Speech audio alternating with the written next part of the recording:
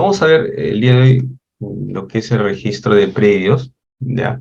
De por sí, vamos a empezar señalando pues la importancia que tienen pues los predios en nuestra vida diaria, ¿no? Es más, muchos de nosotros trabajamos muchos años y llegamos a adquirir un predio, ¿no? Y a veces, muchas veces, lo vamos a atar con una hipoteca. Entonces, estos predios pueden cambiar de valor, ¿no? Ustedes saben muy bien, en una determinada zona pasan muchos años y generalmente pues la inversión en materia inmobiliaria es positiva, ¿no? Es algo que los predios aumentan de valor. Mientras que un vehículo empieza a decrecer, los predios lo que hacen es aumentar de valor, ¿no? Esa era una primera introducción.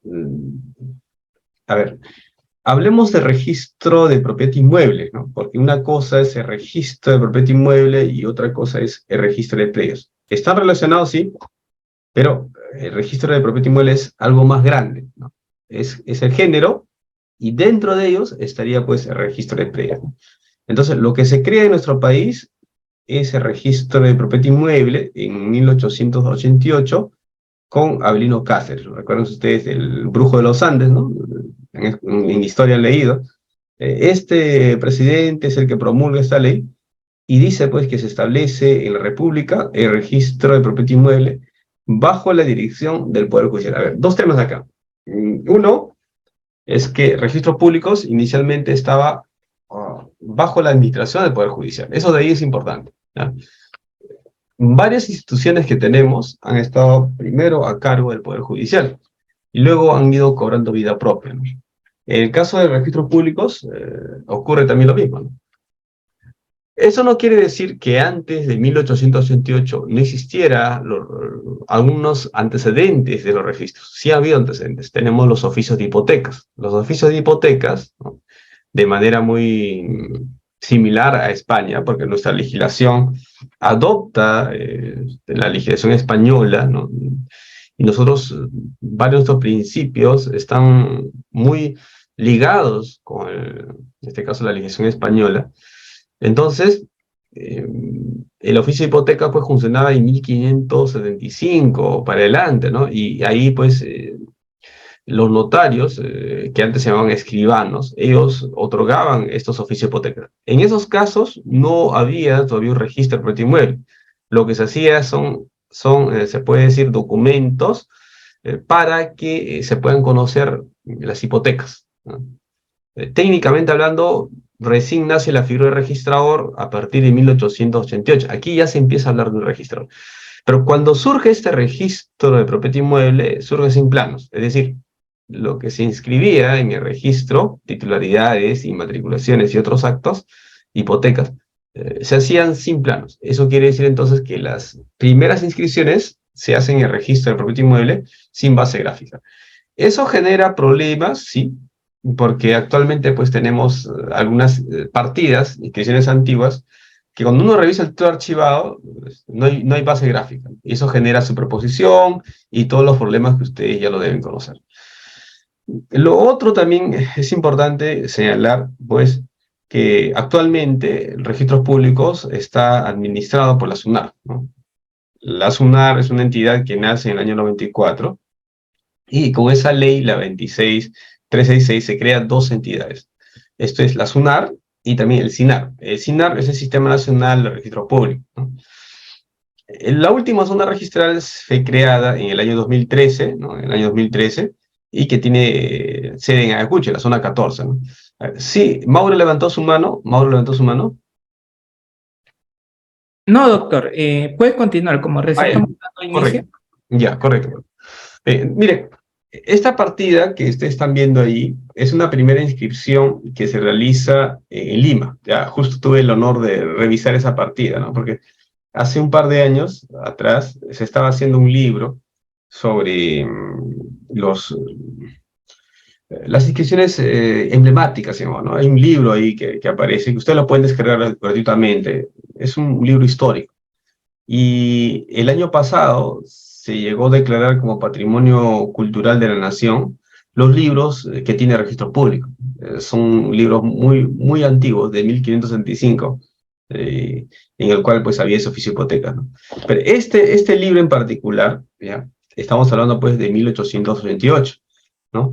Aquí estamos viendo de un título 1, del tomo diario 1, de 21 de 1889, ¿no?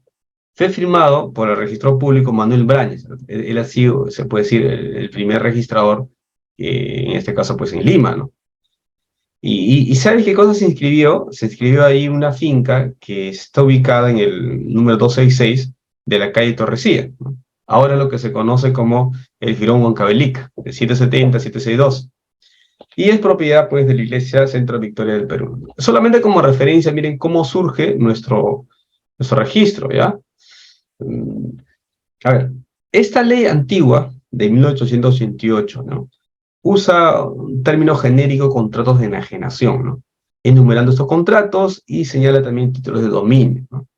Eh, y también se hace referencia a unas figuras que ahora ya no existen, ¿no? Por ejemplo, ustedes son bastante jóvenes, y yo también me considero joven todavía. Todavía no. Hay algunas instituciones que no utilizamos, por ejemplo, la enfituesis. ¿Qué es una enfituesis, no? ¿O qué son los censos? Actualmente no se inscriben ya, la enfituesis o los censos no se inscriben en los registros públicos, ¿no? Incluso antes había lo que eran las hipotecas judiciales, ¿no? Nuestro Código Civil actual ya no considera pues a las hipotecas judiciales, y menos a los censos, y tampoco pues a la enfituesis. Sin embargo, en esas épocas, sí eran actos inscribibles, ¿no? Muy bien, el profesor Heredero Romaña es un profesor bastante destacado, de San Marcos, enseñado también de hechos reales. Él, en sus libros, decía pues que los legisladores peruanos del Código Civil de 1852, siguiendo la legislación española, regularon pues al lado de las servidumbres los censos y las capellanías, ¿no? Reitero, figuras, censos, capellanías, figuras que ahora ya no contamos con ellas, ¿no? Haciendo un poco de historia, ¿no? Dejando de lado el Código de 1852, que en materia registral no dio muchos aportes, ¿no? Recién con la ley de 1888, donde se crea el registro de propiedad inmueble, con todos sus defectos, que podamos decirlo, pero es una ley muy importante, ¿no? El Código Civil 36 da un paso más allá. Ya, el Código Civil de 36, en su libro cuarto, de sección 5, dentro de lo que es derechos reales, habla de los registros públicos, ¿no? Y entonces, este Código Civil 36, si bien es cierto, no crea un libro especial para lo que son registros públicos, ¿ya? Es un avance, al menos, que en el libro de hechos reales aparezca, ¿no? Y así, este código del año 36 hablaba de actos inscribibles, ¿no? Y miren ustedes que esos actos inscribibles, muchos de ellos se siguen en el Código Civil del año 84. Por ejemplo, ¿no? Dice, actos y contratos sobre constitución, declaración, transmisión de derechos reales. Cuando hablamos de registro de propiedad inmueble, está muy vinculado a lo que son derechos reales. Recordemos la distinción clásica entre derechos reales y derechos obligaciones, ¿no? En derechos obligaciones, la relación es de persona a persona, ¿no? Relación jurídica, acuérdense ustedes, es de persona a persona. En cambio, cuando hablamos de derechos reales, se refieren, pues, la relación es de la persona, una facultad con la cosa, con el bien, ¿no? Entonces, generalmente, muchas personas cuando hablan de registro de propiedad inmueble, registro de país, lo vinculan mucho con los derechos reales. Y es correcto, porque los actos principalmente se inscriben, pues, en materias reales, ¿no? Si yo quiero inscribir una compra-venta, superficie, servidumbre, ¿no? Están relacionados con derechos reales, pero no son los únicos. Inclusive en esa época ya se hablaba pues de las promesas de venta. Ustedes saben muy bien que actualmente no se inscribe la promesa de venta, ¿no? Lo que inscribimos en el registro, por ejemplo, son los contratos de adopción, pero la promesa de venta no se inscribe. Pero para el año de 1936 sí era un acto inscribible. Lo que voy es que el derecho, ¿no?, obedece a una realidad, ¿no? Es decir, lo que de repente en 1852 no le daban importancia al tema registral, el año 36, el Código Civil 36, ya hay una cierta importancia. Y para ellos, pues, en su momento, la promesa de venta era un acto inscribible, ¿no? Reitero, cosas que ahora ya no se da. Los derechos de retroventa y su transmisión y su renuncia. El pacto de retroventa actualmente sí se inscribe en los registros públicos, sí es un acto inscribible. Y eso ya estaba regulado en el Código Civil del año 36. El cumplimiento total o parcial de los actos registrados o condiciones de ellos dependan, En este caso, actualmente también se inscribe, ¿no? Yo puedo inscribir un levantamiento de una servidumbre, una cancelación de hipoteca, un levantamiento de arrendamiento, puedo inscribir, ¿no? Restricciones y limitaciones de facultades propietarias también se inscriben ahora como servidumbres, ¿no? Derivadas de contratos, testamentos y sentencias, ¿no?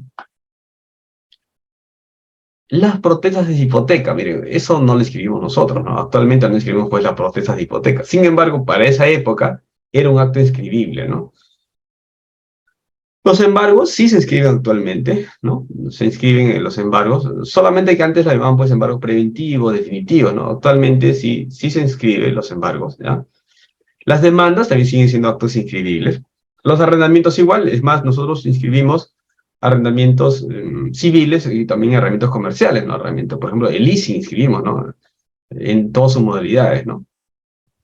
Autorizaciones judiciales que permitan practicar los actos inscribibles sobre inmuebles también se inscriben en nuestro registro, ¿no? Acuérdense ustedes que un menor de edad, por ejemplo, no puede disponer libremente de sus bienes, ¿no? Si es que ustedes tienen un hermano o un hijo menor de edad, él no puede firmar una escritura pública, entonces lo hará por medio de sus representantes legales, que son los padres, los que ejercen la patria potestad, ¿no? En este caso, para que eso pueda surtir efectos, tiene que haber una sentencia judicial que lo autorice, y eso va a inscribirse en el registro de predios, ¿no? El registro de predios, ¿no? No se escribe el registro personal, ¿no? Algunas veces han querido inscribir el registro personal y lo han tachado, ¿no? Porque no es un acto inscribible ahí. En materia reglamentaria, a los que les gusta el derecho registral inmobiliario, ¿no? Justamente he propuesto la creación de un curso electivo en San Marcos, que es mi alma mater, ¿no? Justo hoy día iba a tomar examen a los alumnos del curso verano. He propuesto un curso que se llama Derecho Registral Inmobiliario, ¿no? Esperemos que pronto lo apruebe el rectorado para que en San Marcos también veamos, pues, justamente este curso. Entonces, el reglamento de inscripción del año 36, ¿no? Decía que son inscribibles todos los bienes sobre derechos sobre bienes conforme al Código Civil. También son inscribibles los actos y contratos que modifiquen o extingan esos derechos. Es decir, el reglamento de inscripciones de ese año se refería, pues, al artículo 1042 del Código Civil año 36, ¿no? Ya, dejamos los códigos anteriores, que nos sirven como datos históricos, ¿no? Vayamos a lo de ahora, ¿no? Ahora tenemos el Código Civil año 84, ¿ya? Y el artículo 2019, que nos dice, pues, son inscribibles en el registro del departamento donde está ubicado el cada inmueble. Actos y contratos. Y aquí quiero hacer una distinción, ¿no? Nuestra legislación registral es bastante amplia, ¿no? Puede inscribir derechos, puede escribir actos o puede escribir contratos. No nos hacemos nosotros muchos problemas en esa parte. Entonces, puede escribir actos o contratos referidos, pues, a derechos reales, ¿no? En esta parte sigue la línea del Código Civil 36, ¿no? Los contratos de opción.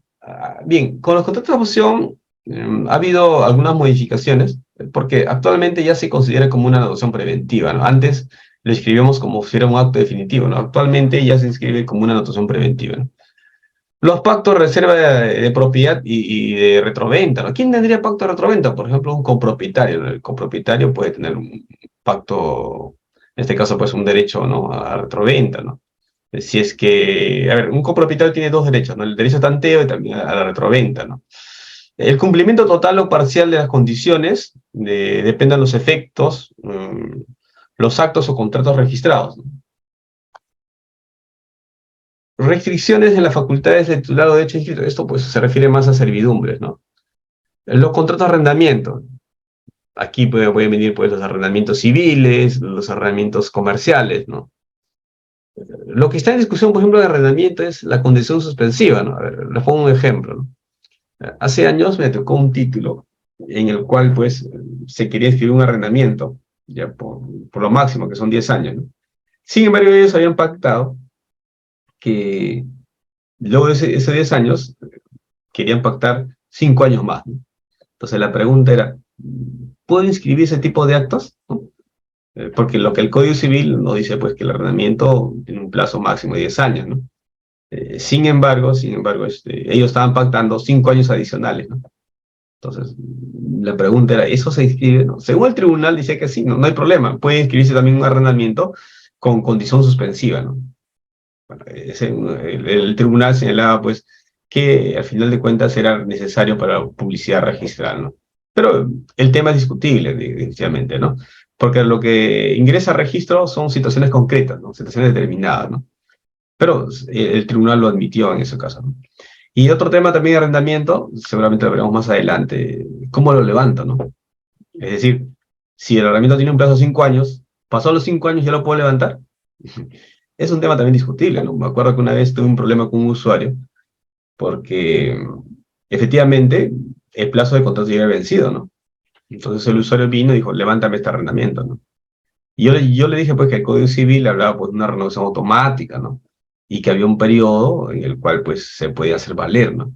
Y por lo tanto un levantamiento automático por transcurso del tiempo no era posible, ¿no? Y el usuario se puso un poco faltoso porque él decía que estaba afectando su derecho de propiedad, porque aquí había muchos miles de inversión, ¿no? Entonces, yo creo que lo ideal sería que el arrendamiento se cancele a pedido de las mismas partes, ¿no? Entonces, debería ser así, ¿no? En todo caso, mejorar la redacción del levantamiento de arrendamientos, ¿no? Ahí hay bastantes dudas todavía, ¿no?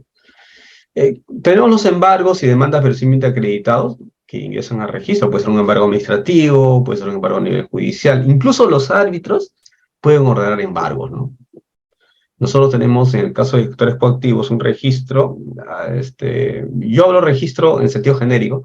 En realidad es una base de datos en el cual están los nombres de los ejecutores coactivos, ¿no? Y en el caso de las demandas, no hay ningún problema, ¿no? Incluso ahora pueden presentar las anotaciones, las medidas cautelares en vía electrónica, ¿no? Los jueces tienen acceso al SIP y con ese sistema pueden llegar, pues, electrónicamente, ¿no? Sentencias o otras resoluciones que a criterio del juez se refieren a actos o contratos inscribibles, ¿no? Bueno, en ese caso, algunos jueces disponen, pues, la anotación de sentencia, por ejemplo, ¿no? Y que va en el rubro de cargas y gravamen, ¿no? Pero si una sentencia ya con calidad de cosa juzgada, por ejemplo, imaginemos que es una sentencia de nulidad acto jurídico, ¿no? En ese caso, como es nulidad acto jurídico, yo tendría que inscribir el rubro C, títulos de dominio, ¿no? Inscribo un rubro D como cargas y gravámenes cuando todavía pues, no tiene la calidad de causa juzgada, ¿no?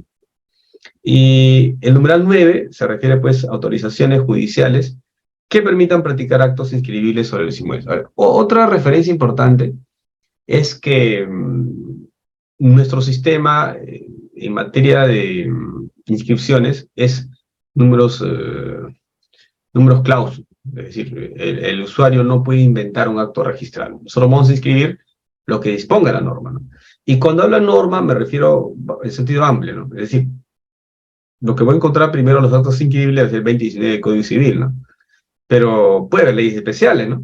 Por ejemplo, ¿no? Miren, si ustedes revisan, el Código Civil habla muy poco o casi nada de habilitaciones urbanas, ¿no? Si uno quiere investigar sobre habilitaciones urbanas, tiene que irse pues a la ley 29090, ¿no? Al Reglamento Nacional de Edificaciones, al Reglamento de Licencias, ¿no? Ahí puede encontrar normativa diversa sobre habilitaciones urbanas. Entonces, no solamente del código, eso quisiera, por favor, que todos me entiendan, no solamente del código van a estar los actos inscribibles, ¿no? Los actos inscribibles también pueden encontrarlo en normativa especial, ¿no? Lo regular es que sea por ley, ¿no? Pero hay excepciones, ¿no? A veces se hace también, crean actos inscribibles por normas de inferior rango, ¿no? Muy bien, a manera de conclusión, ¿ya? Esta primera parte, que es bastante teórica, ¿no? Me van a disculpar esa parte. Nuestro Código Civil, a diferencia del Código 36, no hace referencia a la protesta de hipoteca, ¿ya? Tampoco a la promesa de venta. Algunas veces me han presentado una promesa de venta, ¿no? Y con eso quiere inscribir una compra-venta. Le hemos rechazado porque la promesa de venta no hay, en este caso, pues transferencia de propiedad, ¿no? Eh, Ahora, ya no hace referencia a los distintos tipos de arrendamientos. Arrendamientos incorporan los pactos de propiedad, retroventa. No hace referencia a nuestro código de los embargos preventivos, pero sí es inscribible la medida cautelar previa de embargo. En materia tributaria se habla pues de medida cautelar previa de embargo también, ¿no?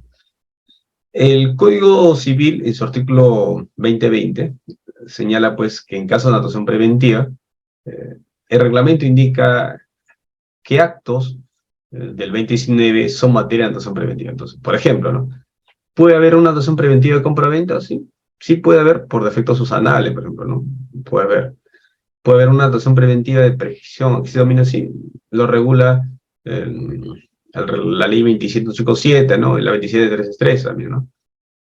Puede haber una anotación preventiva, una anotación de proyecto de una habitación urbana así. Hay una norma que respalda esa anotación preventiva. Lo que quiero decirles es que yo no puedo inventar anotaciones preventivas, ¿no? Las anotaciones preventivas tienen su sustento legal para poder hacerlo.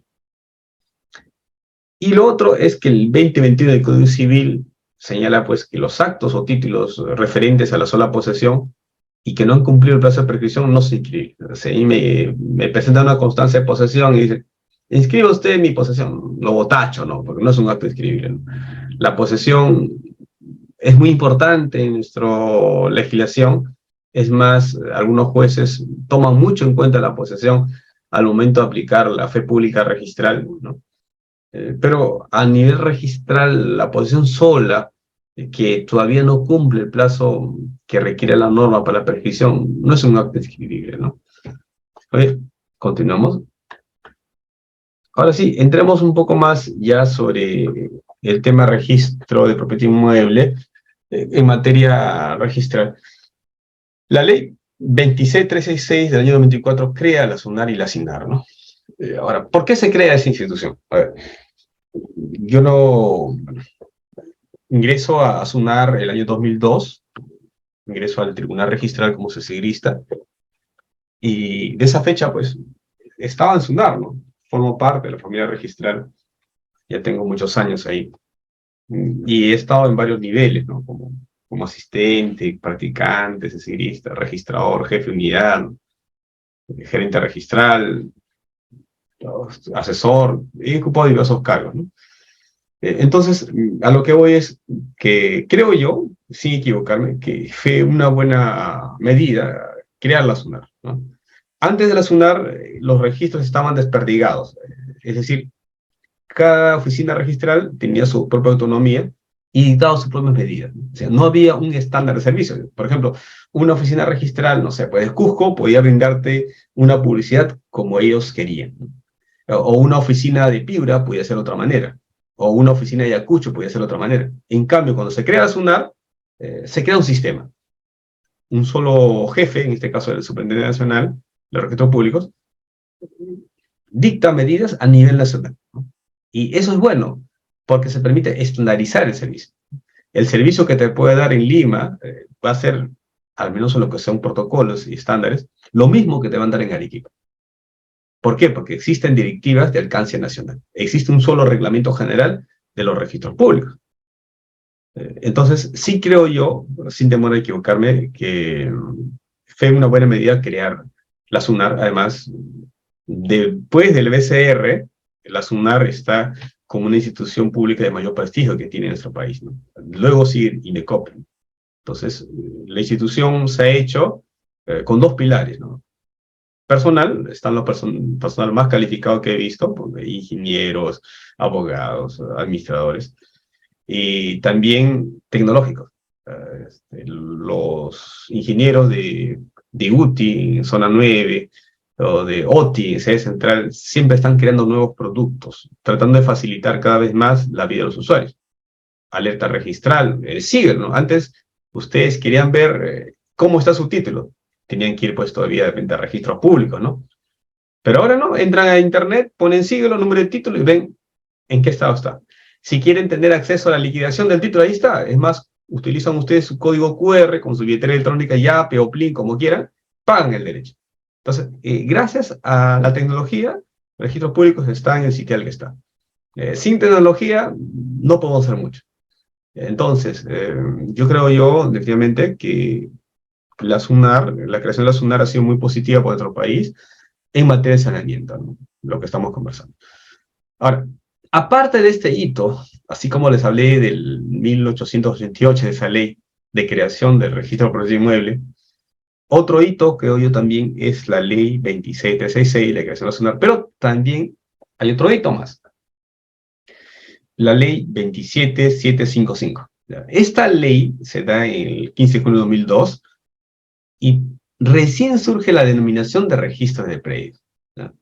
El registro de predios como parte del registro de propiedad inmueble. A ver, ¿qué hizo Registros Públicos? Fue rescatando registros de diversas partes. A ver, le voy a poner un ejemplo. Registro de propiedad vehicular. ¿Qué pasaba con registro de propiedad vehicular? Inicialmente estaba a cargo de las municipalidades. Pero ¿qué pasaba? Uno se iba manejando en Lima, de repente, llegaba a Piura, tenía que tramitar entre todas las municipalidades una nueva placa. No había una placa única nacional de rodaje. Luego de las municipalidades pasa al Ministerio de Transportes.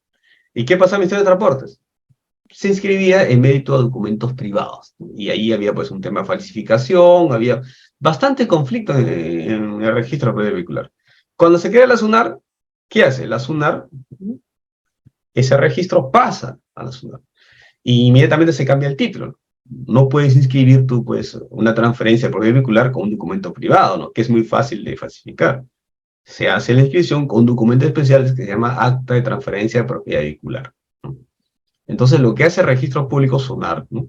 Es jalar los diferentes registros de diferentes lugares y unirlos en un sistema. Y eso se llama el SINAR, el Sistema Nacional de Registro Público. Con respecto a la ley 27755, ¿no? Crea el registro de predios, va a juntar de otros registros. A ver, no sé si ustedes se acuerdan del RPU.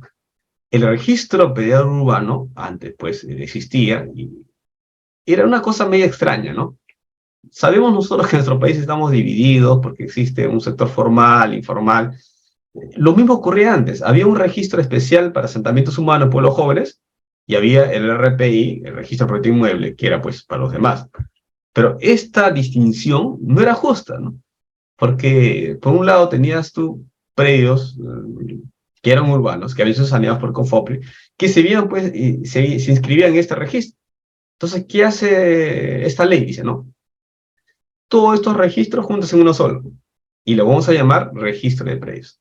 Entonces, el registro de predios está conformado por el RPI, el registro de propiedad inmueble, el antiguo de 1888 que se creó, porque el registro de propiedad inmueble es el primer registro que se ha creado. Y de ahí han venido los demás. Han venido jurídicas, vehicular, bienes muebles y otros más.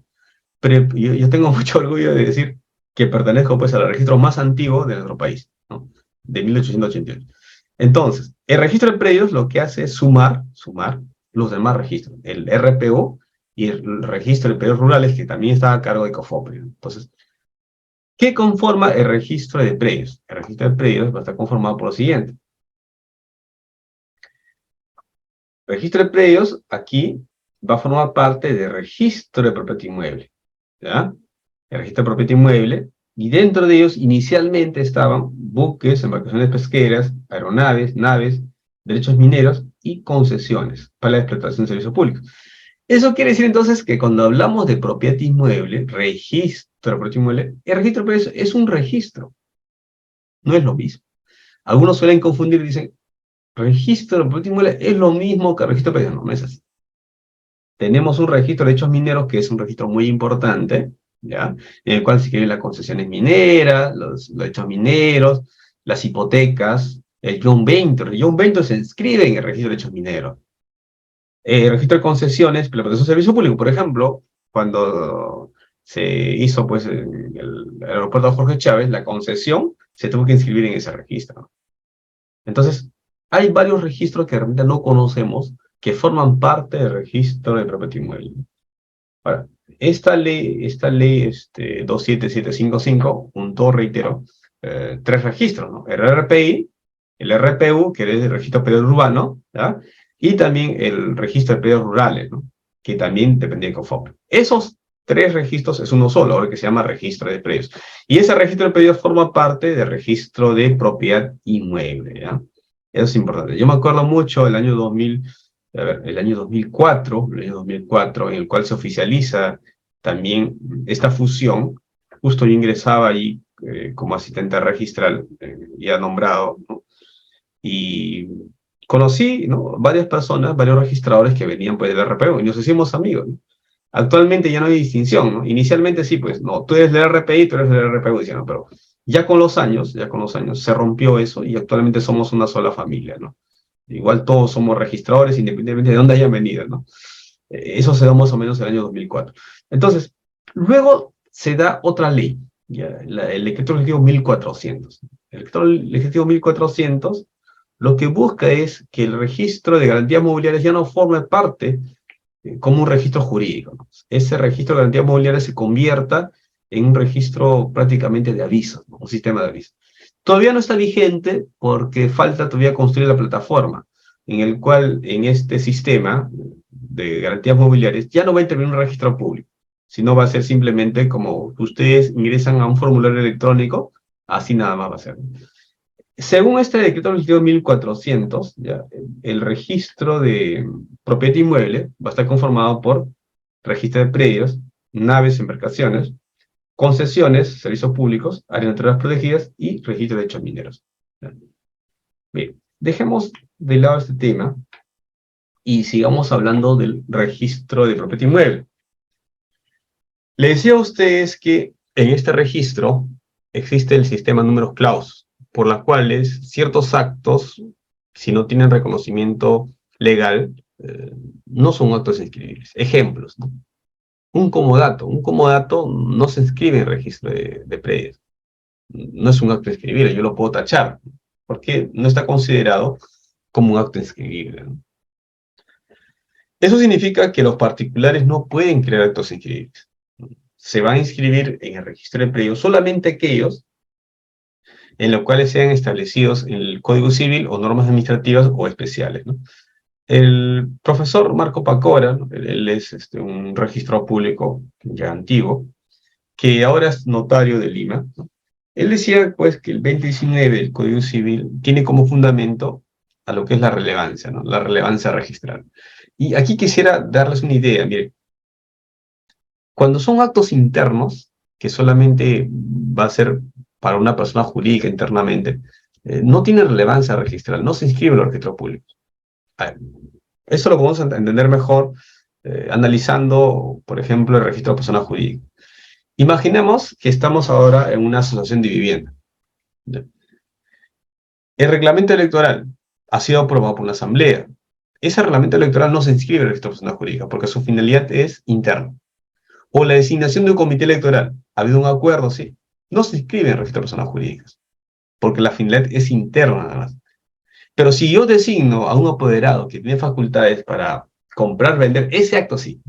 Si designo a un presidente de la asociación, ese acto sí, porque va a contratar con terceros. Entonces, lo que busca proteger registros públicos es la contratación con terceros, la representación de terceros. Lo que sea actos internos no le interesa a los registros públicos, no tiene relevancia registrar, por lo tanto, no generan inscripción registral. Muy bien. Yo coincido que no todos los actos, derechos o situaciones van a ser a registro, ¿no? Hay un sistema de números clausos, números cerrados, ¿no? Pero ello no significa que los únicos actos inscribibles en el registro de predios sean pues artículo 2019, ¿no? Sino también pueden hallarse en otras legislaciones especiales, ¿no? Puede salir una ley especial disponiendo que tales actos son inscribibles en el registro, ¿no? El reglamento de predios asume una posición amplia de lo que se refiere a actos inscribibles y señala pues que puede encontrarse estos actos no solo en el Código Civil, sino también otras normas administrativas o especiales que no necesariamente tendrán el rango de ley. Por ejemplo, mire, tenemos una ley de desarrollo sostenible, ¿no? Y ahí hay unos nuevos actos que tal vez falta una mejor reglamentación para que puedan acceder al registro, ¿no? Entonces, cada vez más están saliendo nuevas normas, y esas normas están creando nuevos actos, ¿no? Entonces, en el registro de predios no solamente se inscriben actos y derechos a que se refiere el 2019 del Código Civil, sino también otras situaciones jurídicas que forman parte de realidades jurídicas distintas que se pueden encontrar en otras normas jurídicas. El profesor Soler Alarcón, mi profesor en San Marcos, también fue registro público, ¿no? Él dice en su libro que los actos que se inscriben en el registro de predios tienen dos formas, ¿no? La inmatriculación o primera inscripción de dominio, lo que vamos a ver en la próxima clase, el próximo sábado, ¿ya? y la inscripción de actos secundarios, ¿no? Actos secundarios puede ser una habilitación urbana, declaración de edificación, o, por ejemplo, compra-venta, hipotecas son actos secundarios. Muy bien. Entonces, puede ingresar en el registro de propiedad inmueble otras realidades jurídicas que no están referidas necesariamente con el registro en este caso, pues, con los derechos reales, ¿no? O sea, pueden haber otros actos vinculados a derechos personales, como contratos de opción, pacto de reserva de propiedad y retroventa, por ejemplo. Así, entran otras realidades jurídicas no vinculadas a los derechos reales, sino también a derechos personales, ¿no? Puede ser cumplimiento total o parcial de condiciones, por ejemplo, una reversión, ¿no? A ver, un contrato de donación puede tener una reversión, ¿no? Eso también puede ingresar al registro, ¿no? Además, títulos conformados por los embargos y demandas verosímilmente acreditados, y los títulos conformados por sentencias o otras resoluciones que a criterio del juez se refieren a actos o contratos inscribibles, ¿no? Entonces, podemos decir, y ya concluyendo esta primera parte, que en el registro de predios se inscriben no solamente actos vinculados a hechos reales, objeto típico, sino también actos referidos a hechos personales, ¿no? Pero además títulos referidos a situaciones que obedecen a realidades jurídicas distintas. Se van incorporando nuevas figuras como el leasing, arrendamiento financiero, ¿no? O el tema de la hipoteca inversa, por ejemplo, ¿no? El fideicomiso, documentos previos a habilitaciones urbanas. Por ejemplo, antes era impensable, pues, inscribir, anotar preventivamente el certificado de zonificación, ¿no? O el certificado de formalidad de servicio, ¿no? Ahora sí se inscribe, ¿no? O también podemos anotar en el registro como el certificado de parámetros urbanísticos o certificado de formalidad de servicio, ¿no? En conclusión, esta primera parte podemos decir, pues, que el registro de predios es el registro jurídico, ¿ya? Y aquí hay que diferenciar con los registros administrativos, ¿no? Un registro jurídico es aquel que produce efectos ante terceros, principio de legitimación, esto es, pues, fe pública registrada, lo que es principio de prioridad excluyente, preferente, ¿no? Entonces, es un registro jurídico integrante del registro de propiedad inmueble, se inscriben los actos o derechos que recaen sobre predios, ¿no? ¿Y qué es un predio? Un predio viene a ser un polígono cerrado, ¿no? A eso nos referimos como un predio, ¿no? Sobre actos que se refiere al artículo 2019 del Código Civil, normas administrativas y demás normas especiales, ¿no? Ahora, algunas veces dirán ustedes, quisiera saber los requisitos que regulan cada acto. Quisiera saber cuál es el requisito para inscribir, por ejemplo, ¿no? Una aprobación de proyecto en la organización urbana, ¿no? Eso de ahí lo vamos a encontrar, pues, en el reglamento, ¿no? O sea, generalmente, cada registro tiene un propio reglamento. Imaginemos que yo quisiera saber requisitos para inscribir una renuncia de herencia en el registro de testamentos. Vaya, entro y busco mi reglamento de testamentos, sucesiones intestadas. Yo quiero saber cómo se inscribe una sucursal en el registro de sociedades. Reviso mi reglamento de registro de sociedades. Quisiera yo inscribir una anotación de robo en el registro de propiedad vehicular. Ya fácil, pues. Reviso mi registro, mi reglamento, registro de propiedad vehicular, ¿no? Y si yo quisiera saber cómo puedo inscribir eh, la elección de un presidente en una asociación dentro del reglamento de personas jurídicas. Entonces, si yo quiero revisar predios, ¿ya? Quiero saber cómo se va a inscribir, por ejemplo, una predio de fábrica, entraré a revisar la normativa, esto es el reglamento de inscripción del registro de predios. En buena cuenta, entonces, el reglamento, los reglamentos te dan los requisitos. Esto aquí lo he repetido algunas veces y quisiera también con ustedes. No todos los documentos que han generado en un procedimiento administrativo o un proceso judicial va a ir al registro. Me voy a explicar mejor. Quizás he seguido un proceso judicial de mejor derecho a propiedad y el expediente, pues, tiene, no sé, pues, 500 hojas. Al registro no va a ir todo ese expediente. Va a ir los documentos más relevantes. ¿Qué cosa irá? La sentencia, ¿no? La sentencia judicial que declaró el mejor derecho a propiedad. Y irá el parte judicial, el oficio del juez, ¿no? Y también tendrá que ir la resolución que así lo ha declarado, pues, con calidad de cosa juzgada, ¿no? Esos son documentos relevantes que interesa al registro. No interesa tal vez las actuaciones que han realizado, ¿no? O las notificaciones que han realizado, ¿no? Eso no. Lo que va a registro son documentos más relevantes. Eso debe quedar como idea. Lo mismo puede ocurrir en un procedimiento administrativo de habilitación urbana. No ver pues todo el expediente que ha generado. Por ejemplo, ¿no? Para una habilitación urbana se cuenta en los estudios de impacto ambiental, de factibilidad, prefactibilidad. Esos datos, si bien pueden ser muy relevantes para el usuario, para la municipalidad, pero no para el registro. A registro, pues, si es una habilitación urbana, corrección de obras irá el FUGO, en el formulario del FUGO. La resolución de resolución de obras irá los planos de lotización, el plano perimétrico. Y irá, pues, la valorización que se haga en la resolución de obras, ¿no? Esos datos sí interesan al registro. Entonces, no confundan ustedes los documentos que ha generado un procedimiento administrativo, proceso judicial o procedimiento notarial con lo que va a ingresar al registro. Lo que va a ingresar al registro, reitero, son solamente los documentos principales, los documentos relevantes.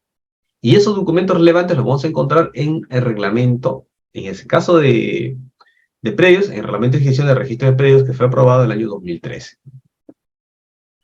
Ahí se van a dar las formalidades de los documentos, por ejemplo, a ver, eso va cambiando con el tiempo. Si les contara a ustedes sobre el tema de los laudos arbitrales, me acuerdo que hace muchos años los laudos arbitrales se inscribían pues con copias certificadas del propio árbitro, ¿no? Pero uno no sabía si el que se está certificando era o no árbitro, ¿no? Porque no hay un registro de árbitros, ¿no? En puridad, yo no sé si tal persona es árbitro, ¿no? ¿Cómo yo lo sé? Si no hay un registro de árbitros. Tenemos un registro de jueces, tenemos un registro de notarios, y tengo un registro de abogados, pero yo no sé si esta persona es árbitro, ¿no? Entonces, por eso es que con la ley 3313 se modifica y se dice, no, oye, en el caso de árbitros hay que protocolizar pues el documento, ¿no? Entonces, esos laudos arbitrales se protocolizan y se otorgan escritura pública. Entonces, el notario tiene que identificar a esta persona, ¿no? Y ahí, con eso, disminuyeron bastante la cantidad pues, de títulos fraudulentos, ¿no? Porque lamentablemente, eso sí es una crítica a todos los abogados, siempre buscan una manera de cómo esquivar la norma, ¿no? Eso es algo negativo, ¿no? Se vio mucho con el caso Orellana, ¿no? Entonces, ahí ha modificado, ¿no? Actualmente, entonces, si yo quiero inscribir un laudo arbitral, necesito ir ante un notario, protocolizar ese laudo arbitral. Lo que llega a registros públicos es el parte notarial. ¿Eso dónde lo dice? Lo encontramos en el reglamento de inscripción de registro de predios y también, en este caso en concreto, en el reglamento general también hace esa distinción, ¿no? Va a depender entonces, yo no le puedo dar una fórmula general y decirle, para todos los casos presenten este documento. Eso no es así. Dependerá qué acto quiere inscribir. Si tú me quieres inscribir, por ejemplo, una donación, te pediré escritura pública, bueno, porque el Código Civil lo dice. Pero si tú me quieres inscribir, por ejemplo, una renovación de hipoteca, ¿para qué tengo que pedir escritura pública? ¿No? Bastará simplemente un documento privado con firma de ante notario diciendo pues que la hipoteca sigue vigente, no se ha cumplido con la obligación y por lo tanto pido su renovación. Entonces, es lo que quiero que entiendan. Cada acto inscribible tiene su propia normativa, sus propios requisitos. Si ustedes quieren ver las formalidades, hay que revisar el reglamento de inscripción al registro de predios. Hablando del registro de predios, ¿no? No es lo mismo, pues, inscribir una predeclaratoria de fábrica que una declaratoria de fábrica. Definitiva. Son requisitos diferentes, requisitos distintos. Y lo mismo, no es lo mismo inscribir una anotación preventiva de prescripción que con la inscripción definitiva. En la inscripción definitiva me van a pedir la escritura pública o el acta notarial, lo cual no me piden en una anotación preventiva. Entonces, no hay una fórmula general. Tenemos principios. Ustedes dirán, ¿y dónde queda el principio de utilización auténtica? Ya. Este principio de utilización auténtica es la regla general. Regla general, lo que ingresa a registros públicos son instrumentos públicos. ¿Qué son instrumentos públicos? Aquellos otorgados por autoridades o personas designadas por ley. El notario no es funcionario público. Algunas veces preguntaban en unos exámenes de grado, ¿el notario es funcionario público? Y algunos decían que sí, ¿no? ¿Cuál es el sustento? porque el notario no forma parte de la administración pública. El notario no le paga el Estado. El notario es un particular que desempeña la función pública porque en este caso había un nombramiento, en este caso pues del Ministerio de Justicia, ¿no? Había un concurso, pero no es un funcionario público, porque, reitero, no le paga el Estado su labor que realiza. Su labor que realiza es una actividad privada, que tiene que ser controlada, supervisada por el Consejo Notariado, por el Colegio de Notarios, sí, sí es verdad, pero no es su función. Entonces, los instrumentos públicos también pueden ser otorgados por personas que no son funcionarios públicos, pero sí son, se puede decir, habilitadas legalmente, si queremos utilizar ese término bastante genérico. Regla general, lo que va a ingresar a los registros públicos son instrumentos públicos, ¿no? Puede ser documentos administrativos, judiciales, notariales también. Muy bien. También hay que ver el contenido de los asuntos registrales, igual. Aquí hay que hablar un poco del sistema inscriptorio. El sistema peruano es un sistema inscriptorio. ¿Qué significa eso? Que su título de ustedes puede tener de repente 50 hojas, pero en el asiento registral es un documento que hace el registrador. Cuando había una calificación positiva, tiene un documento que va a ser firmado por registro que se llama asiento. Es un resumen del acto. Del documento, 50 hojas, lo voy a resumir en un solo párrafo. ¿Qué voy a poner ahí? Depende, pues, ¿qué quieres escribir? ¿Quieres escribir compra-venta? Ah, ya. Diré, ¿no? Juan Pérez ha adquirido la propiedad del inmueble inscrito en esta partida en mérito de la transferencia, la compra-venta realizada por José Santos, por el monto, no sé, pues, $10.000, cancelado. Así consta la escritura pública, otorgante, notario tal, de fecha tal, y abajo pondré los derechos, ¿no? El número de título y mi firma. Ya está un asiento. ¿Qué he dado cuenta ahí? ¿Quién compró, quién vendió? Instrumento público, el valor, el precio de la compra-venta. Eso es lo relevante en una compra-venta. Entonces, cada acto también tiene ese dato. Si voy a escribir una habilitación urbana, que de repente pues tiene planos, tiene resoluciones, tiene formularios, ¿qué voy a considerar? Bueno, me será relevante a poner la distribución de áreas, ¿no? El cuadro de áreas. ¿Qué será? ¿Cuál es el área total del predio? ¿Cuál es la resolución municipal? El número de expediente.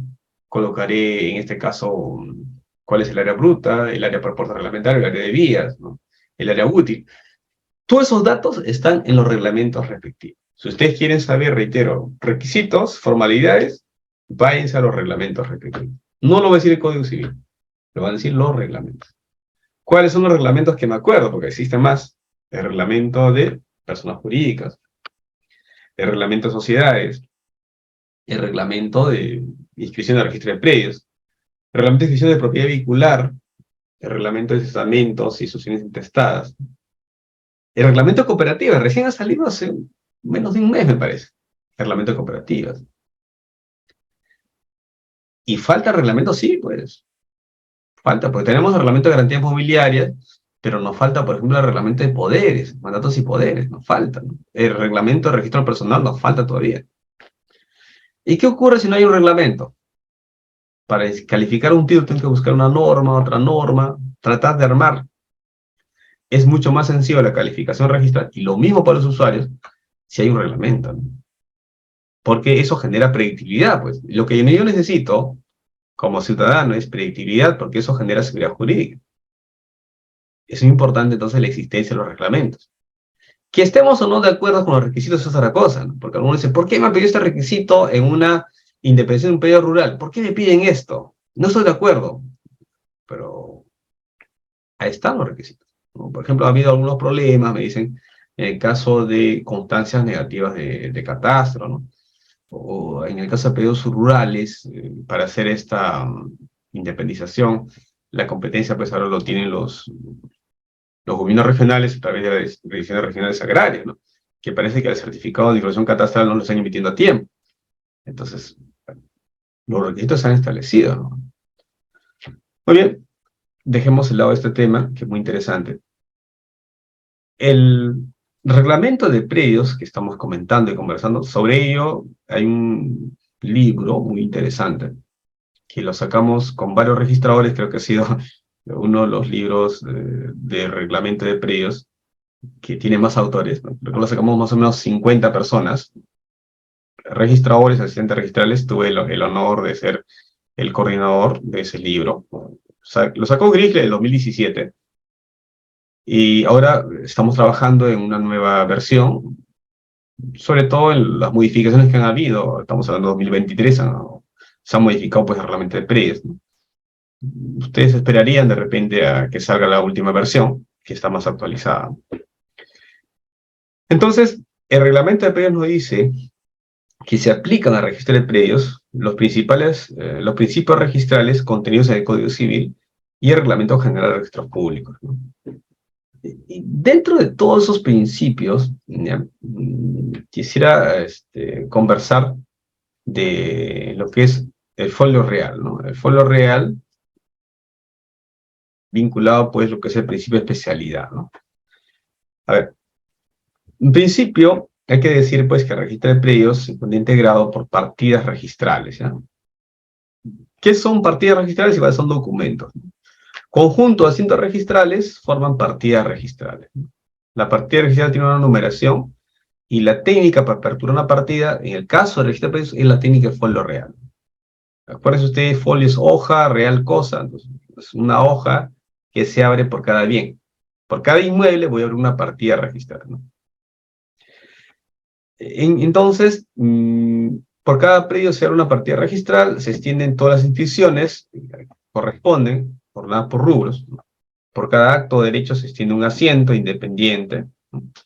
Y esos asientos se extenderán pues unos a otros. Hay que respetar siempre el orden. El artículo 47 del Reglamento General, hay que respetar el orden de la presentación de los títulos, ¿no?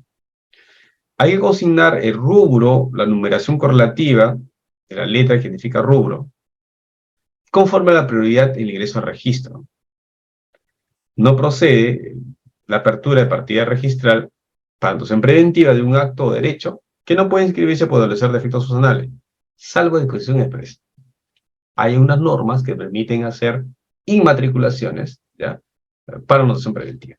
Por ejemplo, tenemos el reglamento de la ley 29151. Ahí, cuando hay un procedimiento especial de regularización, un saneamiento, permite, pues, hacer apertura de partidas, por ejemplo, para una inmatriculación. Se aplica a bienes estatales, ¿no? A bienes estatales. Otro ejemplo sería en la prescripción administrativa, ¿no? La prescripción administrativa que realice, pues, digamos, los gobiernos regionales a través de las decisiones regionales agrarias, pueden inmatricular predios por anotación preventiva. ¿Y por qué no Confopri también puede hacer, aperturar partidas registrales, ¿no? Bien, empecemos hablando del principio de especialidad. Este principio es muy importante en registro de predios. Es básico este principio, porque a partir de ello no va a haber, pues, dos partidas para el mismo predio, ¿ya? A cada predio le corresponde solamente una partida registral. Si,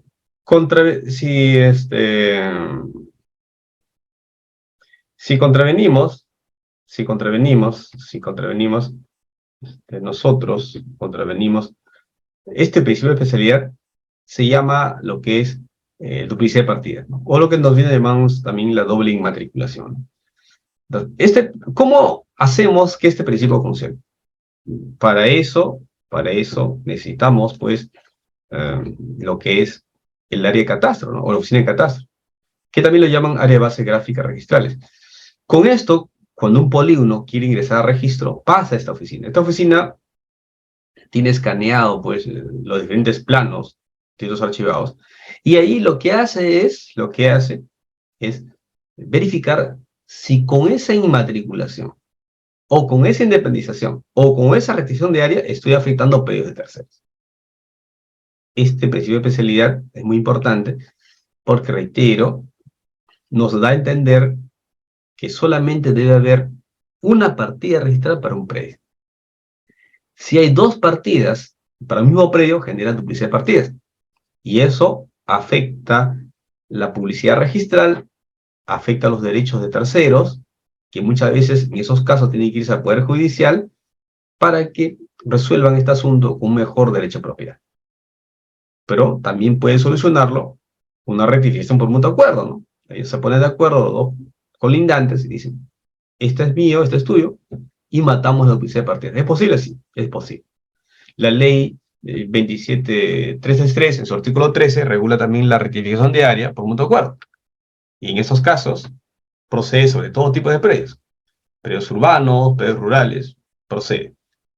El requisito es que exista escritura pública y los planos. Y no hay formalidad de los planos. No te exige que sean visados por la municipalidad. Pero en fin, ese es otro tema que seguramente ya lo veremos. Hay una necesidad entonces que se identifique el cuerpo principal de la finca, en el cual han de recaer las sucesivas inscripciones, a través pues, de la inmatriculación o apertura de folio. Gómez Gallego, que es un autor español que es bastante recomendado, ¿ya? Nos dicen que el principio de especialidad tiene dos grandes aspectos. Un primer aspecto es referencia a los hechos reales objeto de inscripción, es decir, la exacta determinación del derecho real inscrito. ¿Cómo voy a tener esta exacta determinación del derecho real inscrito? Lo voy a conseguir pues con los planos, ¿no? Con la identificación correcta del predio. Si los planos están georreferenciados en Coordenadas UTM, me va a permitir justamente llegar a esa determinación del derecho real inscrito, ¿no? Esta seguridad jurídica inmobiliaria y la protección de la apariencia exigen pues que no exista la mínima duda respecto al alcance y efectos de los derechos inscritos. Este es un primer aspecto material de este principio de especialidad. Hay que llegar a una concreción de la naturaleza y contenido del título constitutivo de derechos publicados en el registro, ¿no? Hay que verificar pues su titularidad, duración, extensión, facultades que atribuye y causa jurídica económicamente que respondan. Este es el aspecto material. Vamos al aspecto formal. El aspecto formal tiene una triple expresión. Al sistema de folio real, traduce pues en necesaria apertura de folio real para cada una de las fincas, y aquí va a estar el historial jurídico de esto. Esta apertura de folio se llama pues matriculación y responde a un procedimiento específico distinto al registral. Y luego tenemos la claridad de redacción. Es importante, señores, en base en principio de especialidad, que aparezcan los asientos unos de otros, sin huecos entre los asientos. Debe haber una expresión circunstanciada de todos los requisitos exigidos para la delimitación material del derecho inscrito. Y finalmente, la previsión legal de la operación solicitada, de manera que no se podría practicar sino los asientos previstos en la lesión hipotecaria. Muy bien, dejamos de lado el principio de especialidad y recordemos algunos actos inscribibles, ¿ya? Miren, primero los actos vinculados a hechos reales. Contratos, actos, declaren derechos, extingan, modifiquen, limiten los derechos reales o vinculados, ¿no? Miren que se hace diferencia los actos y contratos. No necesariamente todo lo que ingresa a registros públicos son contratos, ¿no? Puede también haber actos unilaterales incluso, ¿no? Por ejemplo, la hipoteca unilateral. Ahí no hay un acreedor todavía, pero accede a registro, ¿no? La constitución de hechos reales, hipoteca de esa superficie, declaración de hechos reales, actuaciones judiciales, la prescripción de dominio, declaración de propiedad superficiaria, transmisión de hechos reales, ¿no? Compra-venta, donación, dación en pago, permuta, actos morte causa, testamento, la sucesión intestada.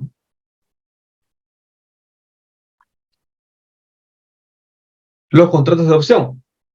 Bien, este contrato de opción es el único contrato preparatorio registrable, ¿no? Se va a inscribir en el rubro pues, de cargas y gravámenes y debe contener todos los elementos del contrato definitivo, ¿no?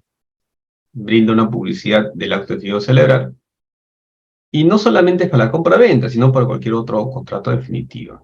Recuerden que es una anotación preventiva y que puede también tranquilamente puede ser renovado, ¿no? Muy bien. Luego tenemos los rubros, ¿ya? Estos los rubros son bastante importantes, que ustedes lo tengan en cuenta, ¿ya? Bien. Tiene 6 rubros la partida registral, ¿no? Recuerden, partida registral es un documento que acredita, pues, que se ha inscrito un título, ¿no? Se vincula mucho con la anotación de inscripción. La diferencia es que la notación de inscripción va al título, ¿no? En cambio, el conjunto de asientos registrales viene a ser, pues, la partida registral.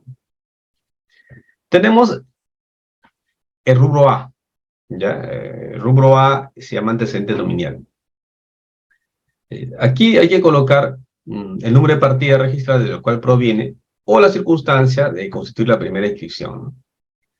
Esto es, por ejemplo, ¿no? Si voy a hacer una independización, pondré de qué partida está viniendo. Si es que voy a crear, en este caso, una partida especial por superficie, voy a decir de dónde viene este derecho, ¿ya? Entonces, antecedente dominial es muy importante. Si fuera inmatriculación, podría ninguno, bueno. Ahí no proviene de ninguna partida registrada. Luego tenemos el rubro B, que es descripción del predio. Con este rubro B, daré pues asientos relativos a la ubicación geográfica, linderos, medidas perimétricas, modificaciones.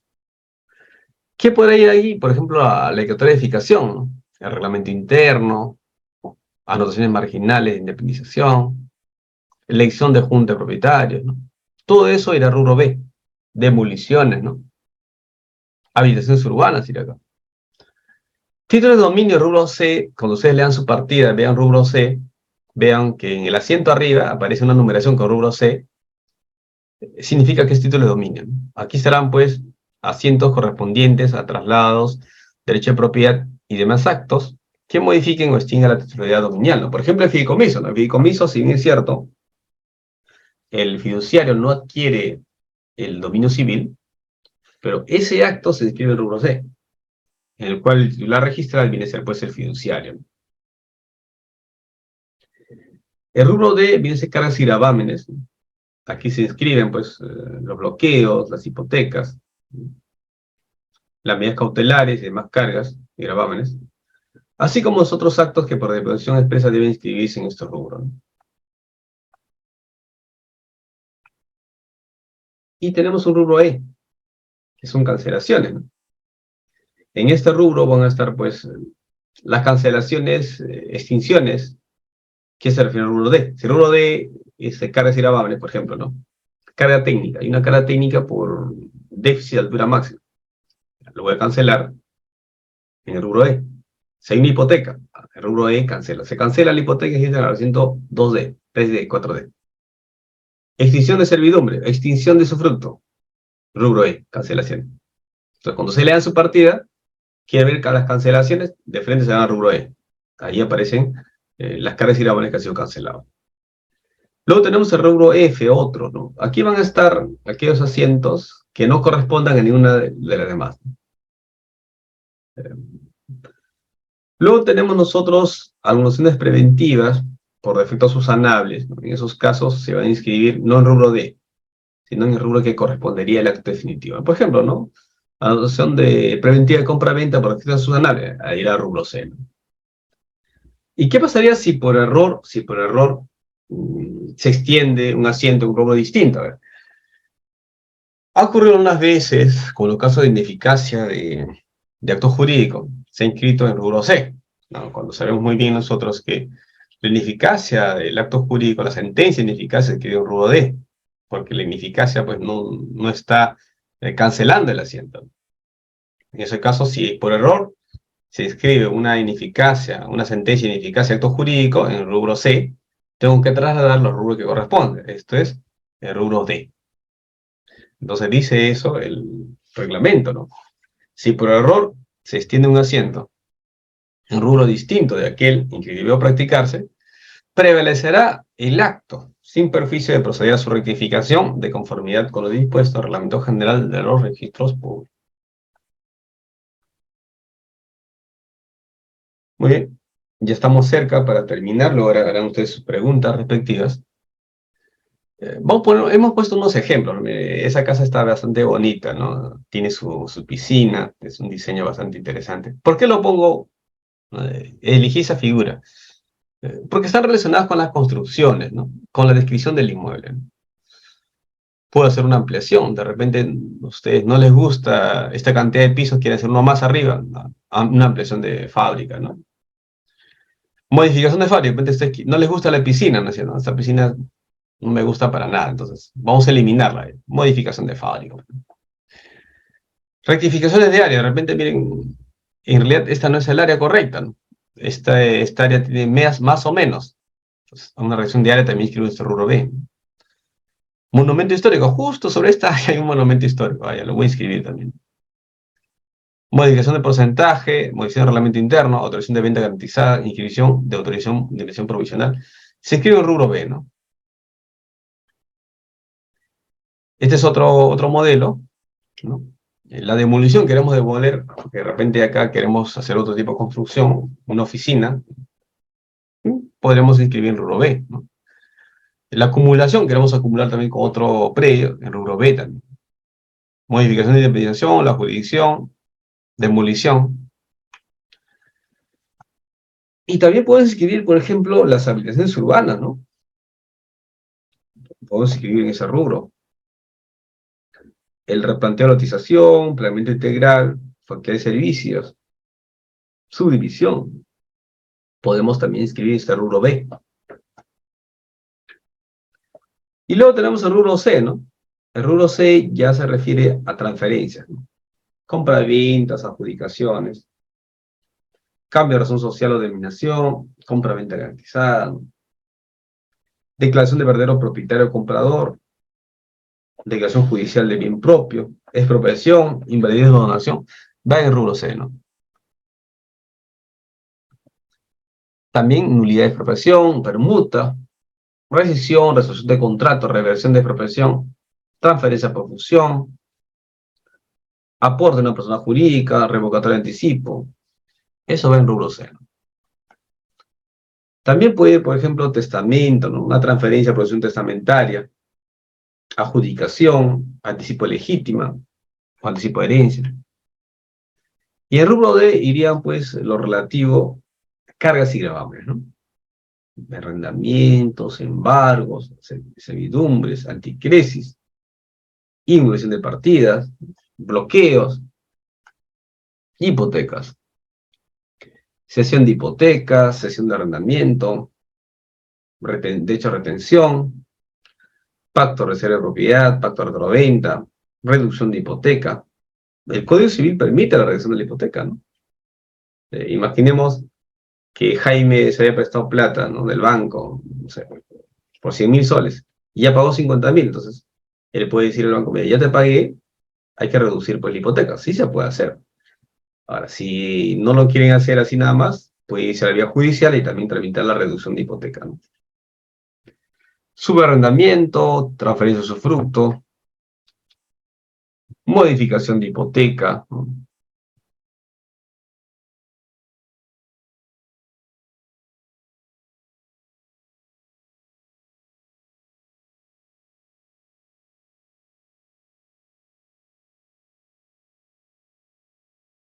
También puede ser pues cargas técnicas, ¿no? Dotación de demanda, dotación de embargo, ¿no?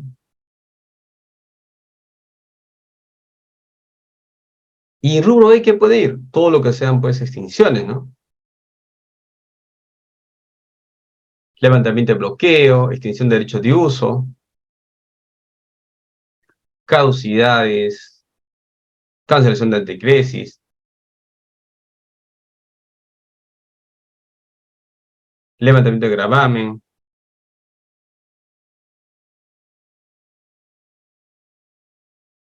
extinción de hipoteca,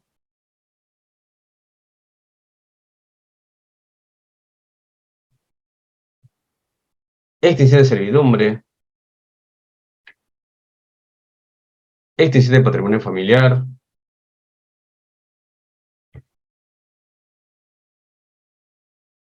extinción de servidumbre, ¿no? Extinción de derecho a retención.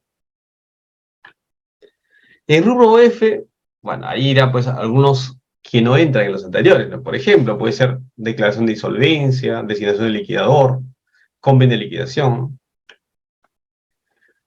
Muy bien, ya casi ya para finalizar, vamos a ver ahora los documentos, ¿no? O sea, cuáles son los títulos que van a generar inscripciones en el registro de predios, ¿no? Y aquí hay que diferenciar, por ejemplo, si vamos a escribir en escritura pública, ¿no? Lo que va a ir al registro no es la escritura pública, ¿no? Va a ir el parte notarial. El parte notarial es un traslado de la escritura pública. La escritura pública se queda con el notario, pero usted no va a pretender llevarse el original e entregarlo al registro público. Lo que el registro va solamente es una copia. Esa copia se le llama, pues, parte notarial. Puede haber boletas, puede haber parte notarial y también testimonio, pero lo que va al registro son partes notariales, ¿no? Ahora, solamente el notario, ¿no? El cónsul también puede elaborar, pues, una escritura, ¿no? Pues entonces puede haber también parte expedido por el cónsul, ¿no? Y si fuera un archivo general de la nación, por ejemplo, sí, también ellos pueden dar testimonio. En medio de esos documentos también podemos inscribir derechos en el registro. Entonces, el documento matriz es la escritura pública, los demás son traslados. Y si fuera formulario registral, no se utiliza mucho acá en Lima, pero sí en provincias, y sí se admite, ¿no? Es decir, con la ley 27755, esa ley que les comenté, la ley de creación de registro de predios, se puede permitir, pues, cuando son transferencias menores a 20 UITs, ¿no? O hasta 20 UITs. Eso sí hay que hacerlo legalizar en la vía notarial, ¿no? Conforme al Decreto Supremo 023/2003 ¿no? Y si fuera un momento judicial, igual, pues, ¿no? Lo que va al registro es un parte judicial, ¿no? No va el documento original. El documento original se queda en el juzgado. Lo que llega son copias certificadas y el parte judicial, el oficio del juez, ¿no? Pero hay unos requisitos adicionales, miren. Llega el parte judicial con las copias certificadas de los actuados judiciales respectivos. Deben adjuntarnos casi siempre la resolución judicial que aclare, pues, que ese bien tiene calidad de que esa resolución tiene calidad de cosa juzgada, ¿no? Puede ser consentida o ha sido debidamente ejecutoriada, ¿no? Eso es importante, señores, ¿ya? Si ustedes han demandado una prescripción ex dominio, tiene que tener la calidad de cosa juzgada de esa sentencia judicial, ¿ya? Salvo que se trate, pues, de resoluciones inmediatamente ejecutables, ¿no? Y si ese mandato judicial declara derechos a favor de la persona casada, hay que poner el nombre del cónyuge, ¿no? Y hay que revisar, pues, un bien propio, bien conyugal, ¿no? Si es bien conyugal, tiene que estar el nombre de ambos cónyuges. Y acá viene la modificación que le decía a ustedes en el caso de laudos arbitrales. Que son laudos arbitrales, hay que presentar, pues, el parte notarial, ¿no? Si es un arbitraje institucional o ad hoc, hay que presentar el laudo protocolizado, ¿no? En el parte notarial tiene que estar el acta, el laudo, el convenio arbitral y la constancia de notificación, ¿ya? La protocolización se hace, pues, conforme al decreto legislativo 1049, ¿no? Que es la ley de notariado, ¿no? Y si fuera laudos que vienen de arbitraje popular, en ese caso si hay un registro, ¿no? Que es un arbitraje popular, hay un registro que está a cargo del Ministerio de Justicia, ahí sí hay que adjuntar copia certificada por funcionario competente de la resolución del Director Nacional de Justicia que acredite que el árbitro único o miembro del tribunal arbitral forma parte de la nómina de árbitros. Y justamente el Centro Arbitraje Popular, Ministerio de Justicia y Derechos Humanos. Y si fuera una medida cautelar, bueno, en esos casos no presento escritura pública, lo que voy a presentar es un oficio que disponga su inscripción, dirigido, pues, al registrador de la oficina, acompañado de la decisión arbitral que contiene dicha medida, y también la reproducción certificada notarial del convenio arbitral y el documento de identidad de quienes han suscrito dicha decisión, ¿no? Y si voy a inscribir el mérito a acto administrativo, bueno, en esos casos hay que presentar copia autenticada de la resolución administrativa. Y si la resolución administrativa declara hechos inscribibles a favor de persona casada, hay que señalar, pues, si es bien propio, bien conyugal, ¿no? Y si es un acto modificatorio de titularidad dominial, de no acreditarse la resolución ha quedado firme, extiende después una anotación en rubro de cargas y gravámenes, en el cual hay que dejar constancia, pues, de dicha circunstancia, ¿no? También hay que dejar constancia, ¿no? Que esta anotación se va a cancelar cuando se expida la constancia por autoridad administrativa o la copia certificada de la resolución emitida en última instancia administrativa. Entonces, también tiene sus propias reglas cuando son actos administrativos, ¿ya? Ya casi para terminar el día de hoy, luego vendrán sus preguntas de ustedes. ¿Qué debo colocar en el asiento de inscripción? ¿Ya? A ver, vamos a ver algunos actos. Imaginemos que quiero inscribir una inmatriculación. Voy a poner naturaleza, extensión o alcance del acto inscrito. ¿Qué estoy inscribiendo? Una inmatriculación. Ah, ya. ¿Cuánto mide el predio? Mide, o sea, pues, 500 metros. Pondré linderos y medidas perimétricas.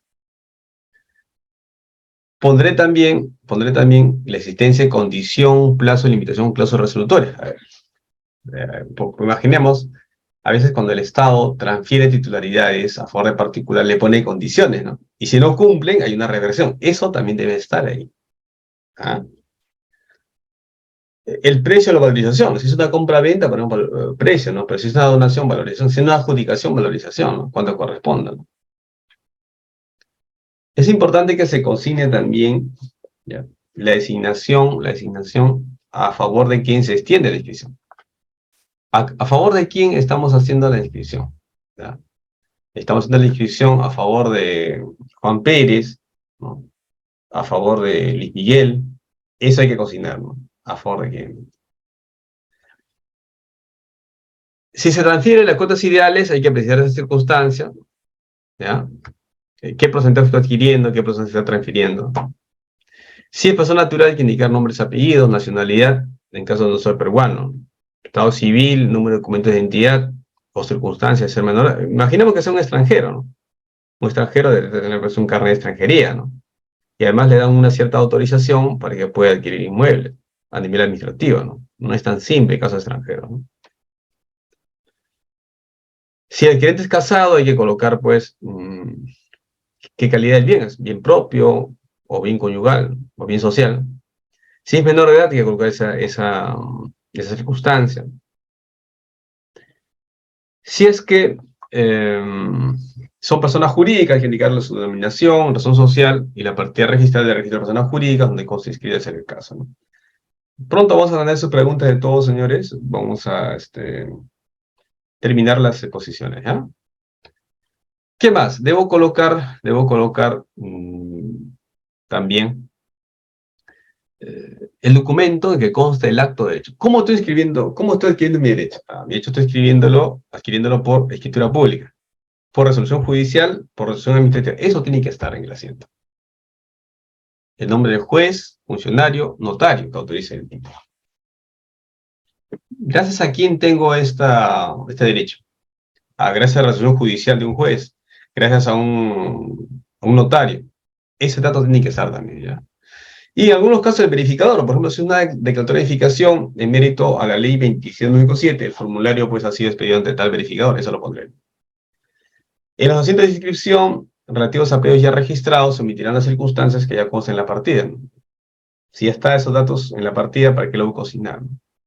Y finalmente se indica pues que podrá establecerse formatos predeterminados que permitan ingresar datos relevantes de la asiento de inscripción en el sistema automático, ¿no?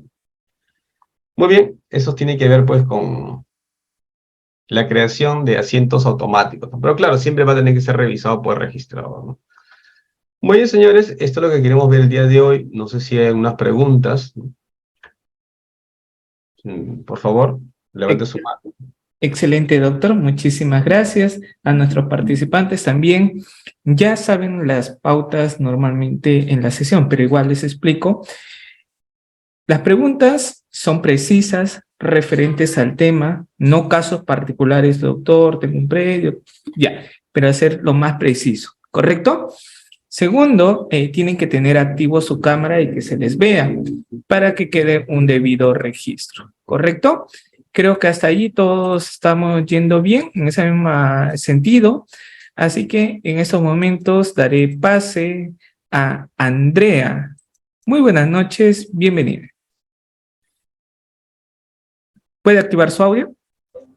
Buenas noches con todos los presentes. Doctor, quería hacerle una consulta en relación a la ley 31560 que se ha dado el año pasado para el tema de funciones compartidas con los gobiernos locales en los procesos de formalización de la propiedad informal. ¿Cómo se manejaría ahí el registro de estas propiedades informales? ¿Lo hace directamente la municipalidad o de todas maneras interviene COFOPRI? ¿Solamente es un apoyo? ¿Podría, por favor, darnos detalles? Bueno, ustedes saben bien que la municipalidad tiene las competencias suficientes para pedir inscripciones a registro, ¿no? Algunas municipalidades lo pueden hacer directamente, ¿no? Pero en la práctica ellos hacen convenios, ¿no? Hacen convenios con COFOPRI, ¿no? Entonces, en la práctica, pues, COFOPRI va a intervenir, ¿no? COFOPRI va a intervenir. Lo ideal es que tengan un convenio con las municipalidades. ¿Por qué COFOPRI interviene? Porque tiene, pues, la experiencia y tiene la capacidad técnica operativa suficiente, ¿no? Para ello, ¿no? Excelente, doctor. Estimados participantes, también me había olvidado, es una pregunta por estudiante. ¿Estamos bien? Doctor Alex Portilla, ¿cómo está? Buenas noches. Bienvenido a Audiópolis. Buenas noches, señor. Ahora sí. Sí, Bueno, doctor, le escuchaba. Es la siguiente pregunta, del caso de los movies.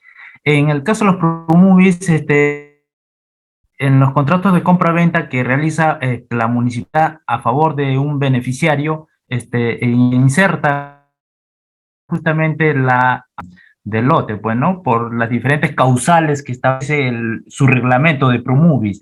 En este caso, para que ¿es suficiente con la resolución emitida por la municipalidad provincial o tiene que haber otro documento más para que se inscriba? Y la segunda pregunta sería, en el...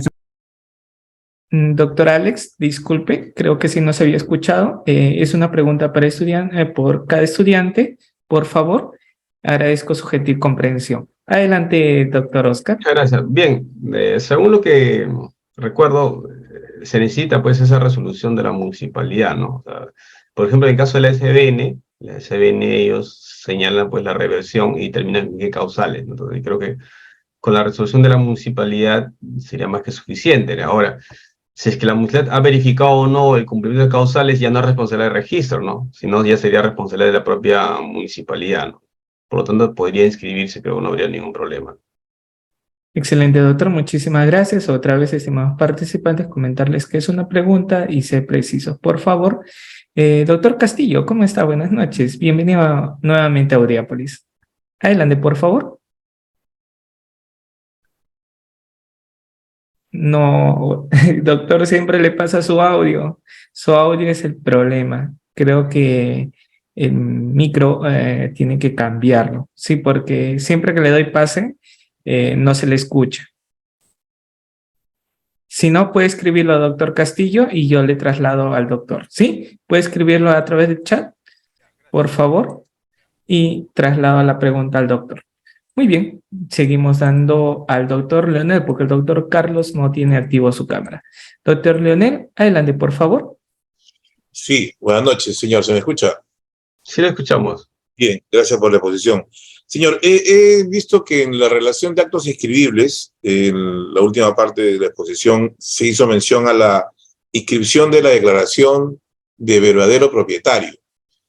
Usualmente esa figura o ese nomen juris está relacionado a los, vamos a llamar, actos jurídicos lícitos, y a los contradocumentos, ¿no? Donde aparece un comprador que luego de inscribir declara que compró por dinero e interés de un tercero que finalmente con una declaración se inscribe en la escritura pública y en el registro público. La pregunta es, ¿podría vamos a suponer un contradocumento que se celebró hace 20 años, donde se declara propietario a una persona natural, 20 años después, podría mediante una adenda a ese contradocumento señalarse que el verdadero propietario, por ejemplo, son los hijos de ese primer verdadero propietario que quiere ceder a sus hijos directamente así, en dos sesiones vía contradocumento? ¿Es posible eso?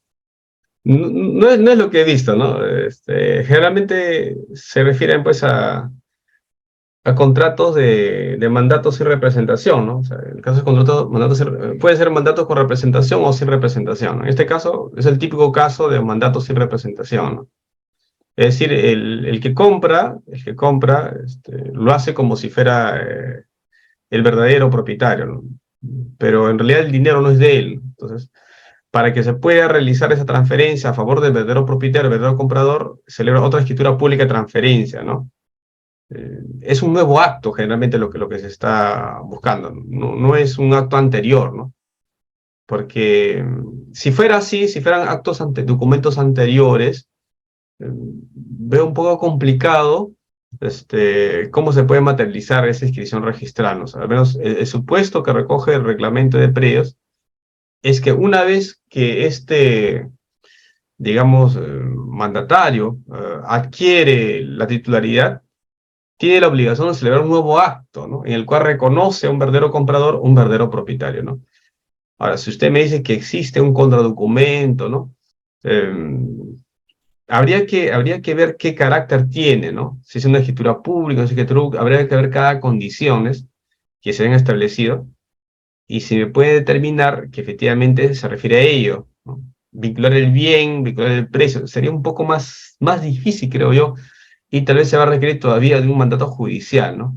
Ahora, si puede ser esto a favor de los hijos o no, no es muy sencillo, ¿no? No es muy sencillo. Eh, Está pensado el reglamento para actos futuros, es decir, yo adquiero el inmueble como mandatario y luego te reconozco a ti, te lo transfiero a ti en un reconocimiento pues del verdadero comprador o verdadero propietario, ¿no? Así es. ¿Alguna otra pregunta, por favor?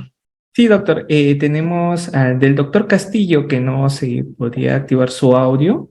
Nos ¿Ya? dice por mensajería, ¿cuál es el procedimiento para bloquear una inscripción proveniente de un documento falsificado?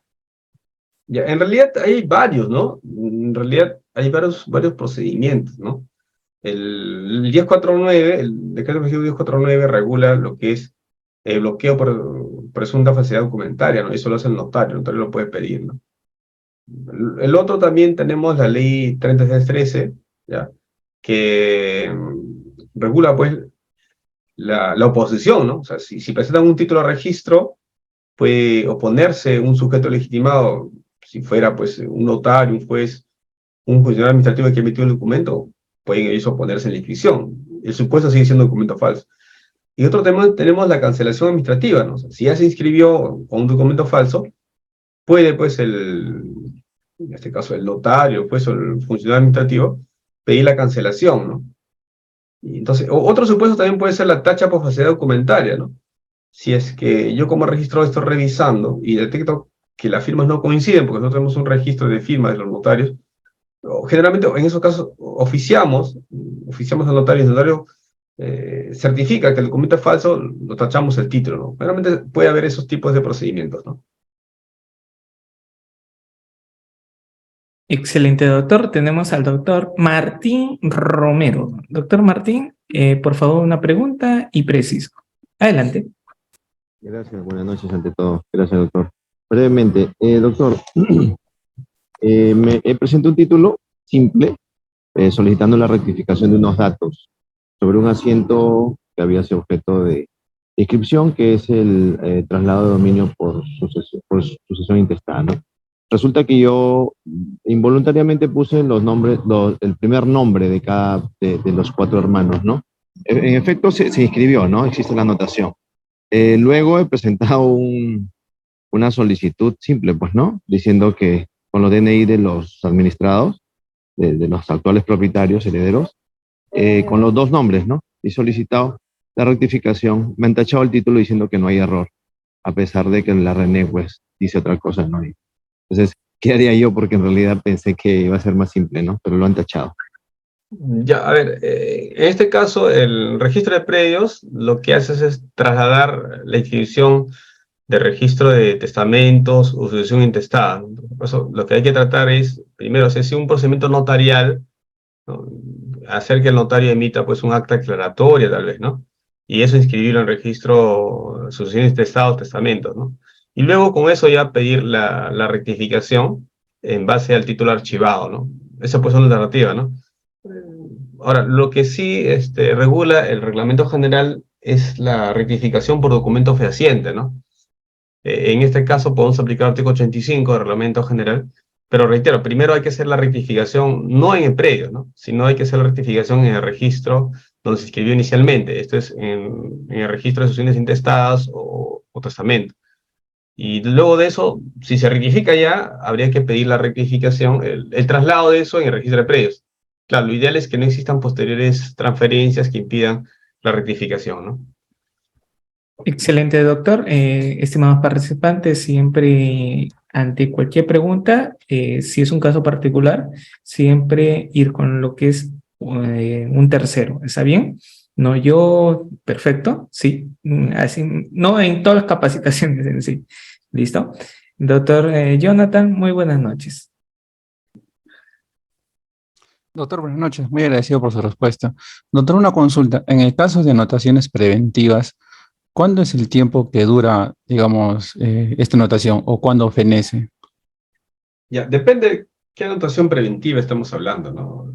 Hay anotaciones preventivas de puro derecho, o sea, de decir que caducan de pleno derecho, ¿no? Por ejemplo, es un bloqueo, ¿no? Un bloqueo pasa el plazo, si no me equivoco, son 60 o 80 días. Termina ese plazo y ya caducó el pleno derecho, no necesito extender ningún otro asiento, ¿no? O puede ser, a ver, en lo que se refiere, pues, a una reserva, ¿no? Tiene un plazo determinado, ¿no? Pero hay otro tipo de anotaciones preventivas que no tienen un plazo determinado, ¿no? Por ejemplo, una anotación de demanda, y no sé pues cuántos años va a durar un proceso, ¿no? O sea, ahí no lo puedo levantar, ¿no? O una anotación preventiva de sucesión intestada, tampoco hay un plazo. Entonces, es la norma legal la que crea la anotación preventiva de que te dice qué plazo debe tener, ¿no? Por ejemplo, si fuera una licencia, habilitación urbana, un proyecto, son 36 meses. Y vencido ese plazo, tranquilamente ya caducó el pleno derecho. Pero es la norma, entonces busquemos la norma jurídica que ha dispuesto esa anotación preventiva y ahí podemos decir cuál es el plazo. Si fuera una anotación por defecto subsanable, el reglamento general te dice pues que es un año, ¿no? Entonces depende mucho de la norma de creación de la anotación preventiva, ¿no? Porque puede haber anotaciones preventivas de duración determinada, ¿no? Por ejemplo, aquellas que han sido extendidas con la ley 26878, ¿no? Las antiguas, habilitaciones urbanas antiguas, ahí no tenía un plazo de caducidad, ¿no? Excelente, doctor. Doctor Manuel, muy buenas noches. Adelante, por favor. Doctor, ¿me escucha? Buenas noches. Sí, la escuchamos, Manuel. Doctor, una consulta sencilla nada más. Usted habló sobre la duplicidad de partidas y mi pregunta es la siguiente. Si hay duplicidad de partidas, se entiende que hay dos personas que se disputan el mismo predio bajo una misma partida registral en los registros públicos de SUNAR. Mi pregunta es, ¿para qué hay duplicidad de partidas? Se entendería que el Estado no le ha dado muchas facultades a COFOPRI, DIREFOR, a las municipalidades y hasta a las propias notarías para que las personas puedan tener una multiplicidad de derechos y puedan ejecutarlo de acuerdo a su momento, porque, ojo, en el Perú la inscripción no es obligatoria, es facultativa. Solamente esa es mi pregunta. Gracias, doctor. Ya, mire, la duplicidad de partidas puede tener múltiples fuentes, ¿no? Una de sus fuentes puede ser que cuando surgió el registro, nació sin planos, ¿no? Entonces, no era obligatorio presentar planos en las inmatriculaciones de registros previos, ¿no? Ahí no hay responsabilidad de registro, no hay responsabilidad de notarías, ni juzgados. Simplemente las disposiciones legales se establecieron en ese momento de esa forma, ¿no? Entonces, las primeras duplicidades surgen por eso. Y otras formas también era porque existen diferentes entes generales de catastro, ¿no? Antiguamente, al menos, no había un estándar cómo hacer catastro, ¿no? O sea, las municipalidades, COFOPRI, SBN, hacían catastros o buen saber y entender, ¿no? Ya es con la ley 2894 un poco que se uniformiza, ¿no? En ese sentido, ¿no? Y efectivamente, la duplicidad de partidas perjudica a la propiedad de las personas. Existen procedimientos administrativos, en el caso del Reglamento General, regula pues este cierre de partidas, y contra ese cierre se puede incluso ir a la vía judicial, discutirlo en sede judicial, ¿no? Porque es un cierre administrativo nada más. Ahora, ¿se puede eliminar duplicidad de partidas? Sí. Los colindantes pueden ponerse de acuerdo conforme a la ley 27363 y rectificar sus áreas, ¿no? Sí. Pero el principal motivo, creo yo, es por ello, ¿no? Recuerda que recién a partir del año 89, 1989, era obligatorio presentar planos para inmatricular, ¿no? Antes de eso no era obligatorio. Ahora, sí es cierto, el registro es declarativo, ¿no? Pero esperemos que algún día cambie un poco, ¿no? Porque si seguimos con un sistema consensual de transferencia de propiedad, que si bien es cierto, facilita las transferencias, a la postre generas mayor inseguridad, ¿no? Esa parte es lo que tendríamos que discutir, porque si existen propiedades ocultas, las personas van a seguir transfiriendo de forma informal, ¿no? Entonces ahí hay una contradicción, ¿no? Porque por un lado tienes un sistema consensual que te permite hacer transferencias de manera verbal incluso. Por otro lado tienes un sistema registral en el cual te dice, para que te puedas inscribir al registro necesitas un documento escrito y que sea instrumento público. Entonces sería bueno que todo sea un sistema y concuerde, ¿no? En la vida real tú sabes muy bien que tú no compras un inmueble si no es un instrumento público, ¿no? Tú no vas a pagar pues una gran cantidad de dinero de forma verbal. Si eso ya funciona así, hay que ver la forma, cómo se puede efectivizar eso, ¿no? Y por qué no, ¿no? Alguna vez, tal vez, podamos convertirnos en un sistema constitutivo. Claro que para ello hay que superar muchas brechas, ¿no? Brechas sociales, brechas económicas, en el cual la persona pues tenga mejores recursos económicos, ¿no? Actualmente, hablar de un registro constitutivo no sería conveniente, porque solamente beneficiaría a un sector minoritario, ¿no? Y el resto quedaría dejado de lado. Entonces, se tiene que avanzar por ahora de repente con un catastro obligatorio, ¿no? Con una mejor saneamiento de esos predios no inscritos, pero yo creo que no favorece mucho un sistema consensual, ¿no? Para nada, al menos que sea por escrito, que cambiamos poco a poco, de forma progresiva, sin perjudicar los derechos de terceros tampoco, ¿no? Bien. Excelente, doctor. Tenemos al doctor Carlos Wilson. Doctor Carlos Wilson, buenas noches. Qué gusto saludarlo. Adelante, por favor. Doctor Carlos. Doctor, buenas noches, ¿me escucha? Claro, claro, Carlos, adelante. Un saludo desde la ciudad de Chiclayo, doctor, y gracias por la respuesta. Muchas gracias, Carlos. Ya sabe que usted está invitado para comer un arroz con pato acá en el norte.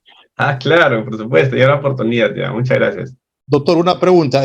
¿Cómo puedo saber si un pueblo joven está inscrito en los registros públicos y si la directiva que lo dirige está formalmente? Porque hace poco asistí a una audiencia pública y el alcalde dijo que mientras haya 2 directivas no se puede hacer ninguna obra. Entonces, a dónde me puedo yo dirigir o a qué área para saber, doctor? Muchas gracias por la respuesta.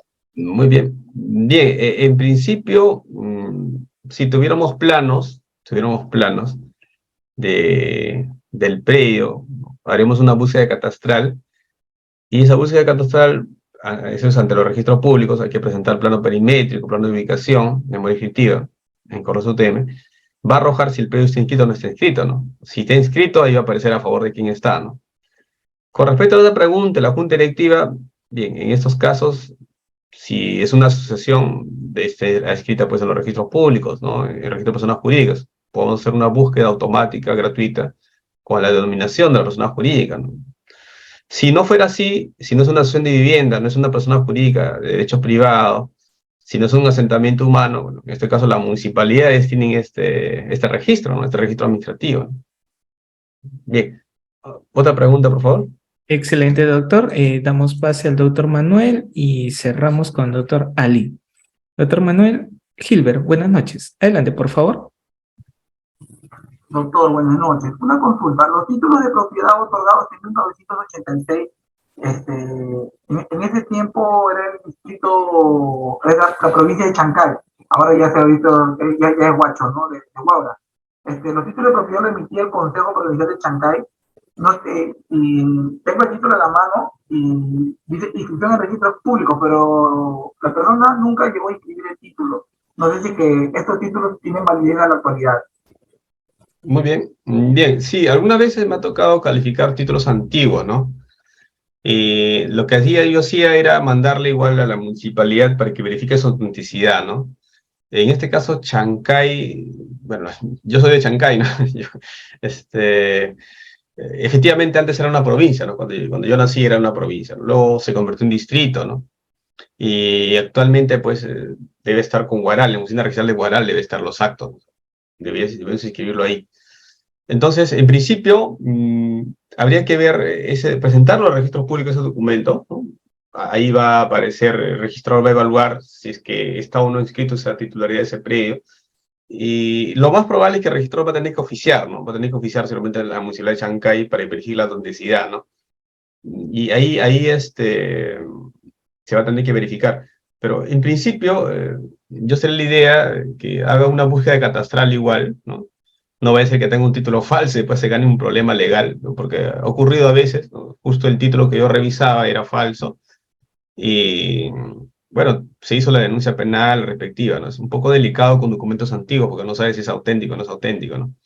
Entonces, mi recomendación sería que hagas una búsqueda catastral y verifiques quién es el titular y luego verificas el documento que tienes es auténtico, ¿no? No vaya a ser que sea uno adulterado, ¿no? Hay que tener mucho cuidado con documentos antiguos, ¿no?